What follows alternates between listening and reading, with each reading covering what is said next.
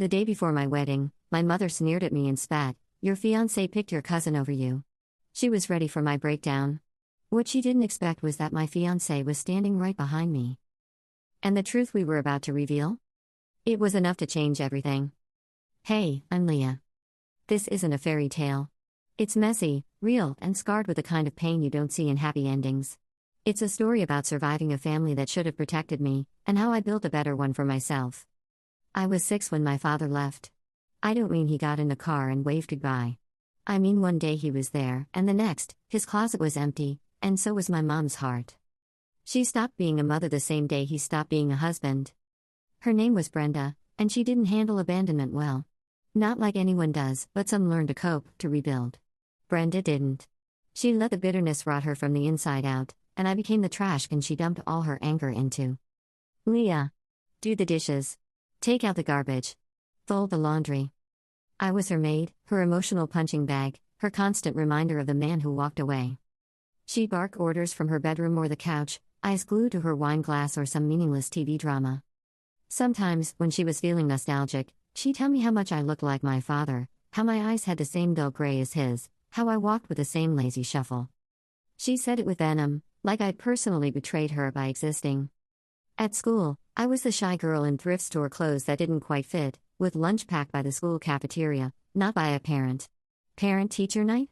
I never had a parent there. Not once. I became good at excuses. She's working. She's sick. She forgot. None of them were true. The truth was she didn't care. And that truth hurts more than any lie. I tried, you know. I tried to be the daughter she might want. Got good grades. Stayed quiet. Never got in trouble. But love isn't something you earn when the person giving it has none to give. Then came Paul. Paul was the kind of man who smiled when he talked to people, who asked how your day was and actually listened. He showed up one spring with flowers and promises. Within months, Brenda married him. No big wedding. Just a courthouse and a few pictures on the fridge.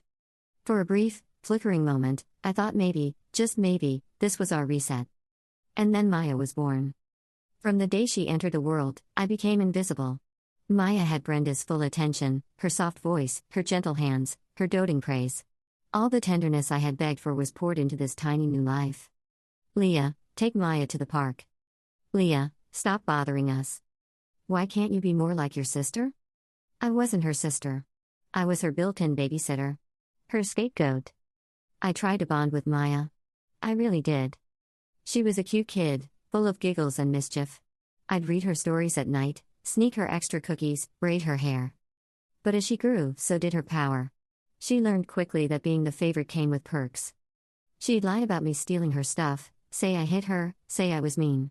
Brenda never questioned her. Leah, apologize to your sister. But I didn't. No buts. Paul, to his credit, tried to stand up for me. Let's hear Leah out, he'd say. But Brenda would cut him off. She's lying. Just like her father. By 13, I stopped trying. I stayed in my room, read books, wrote bad poetry, and dreamed of escape. Maya blossomed into a golden girl. She had friends. She had clothes that fit. She had everything I didn't. And she made sure I knew it. At school, she'd giggle with her friends and point at me in the hallway. Leah tried to put on makeup, she once laughed, loud enough for others to hear. She looked like a clown. I overheard Brenda on the phone with a friend once. Maya's going to be something one day. Leah? I don't know. She's got no ambition. I cried quietly that night. At 15, I got my first crush. His name was Alex. Not my Alex, this was high school Alex. We shared a class. He was kind, and for a brief moment, he liked me back. I invited him over to watch a movie. Huge mistake.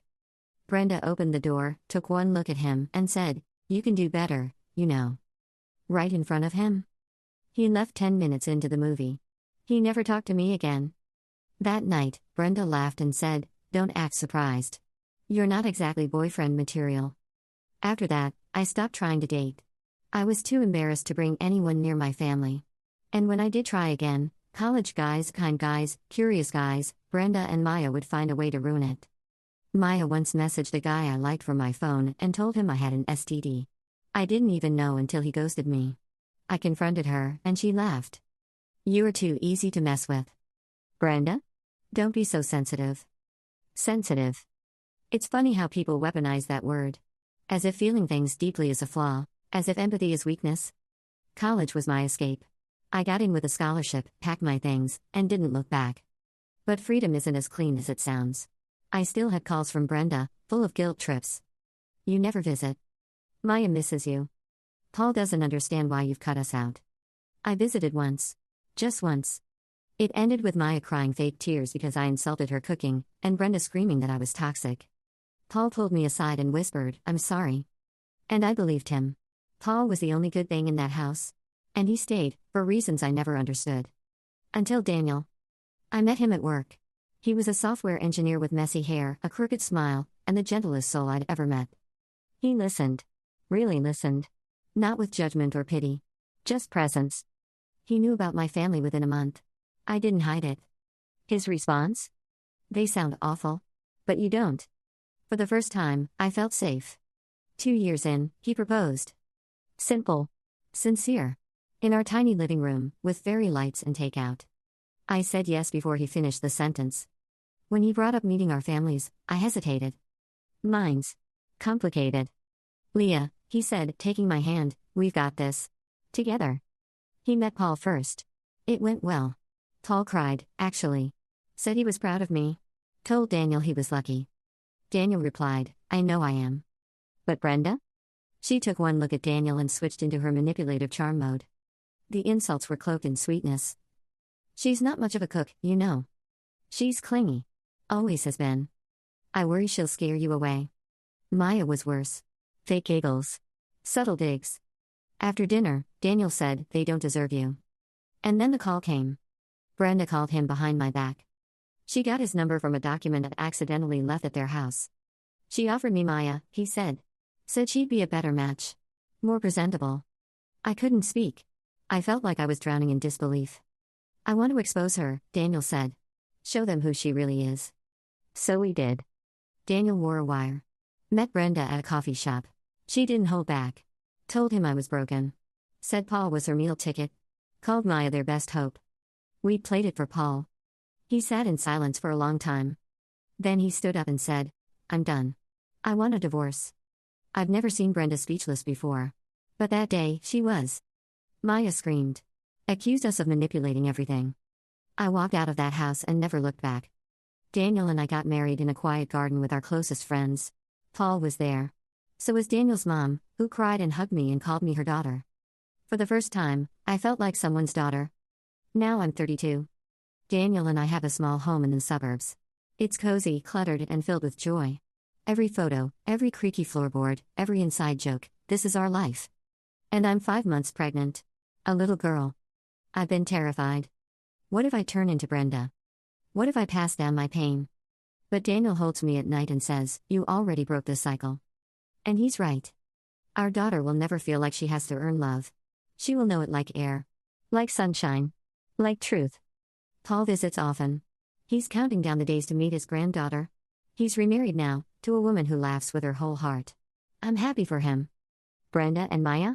I get a message now and then. A birthday text. A holiday greeting. I don't answer. Not out of hate, but self-protection.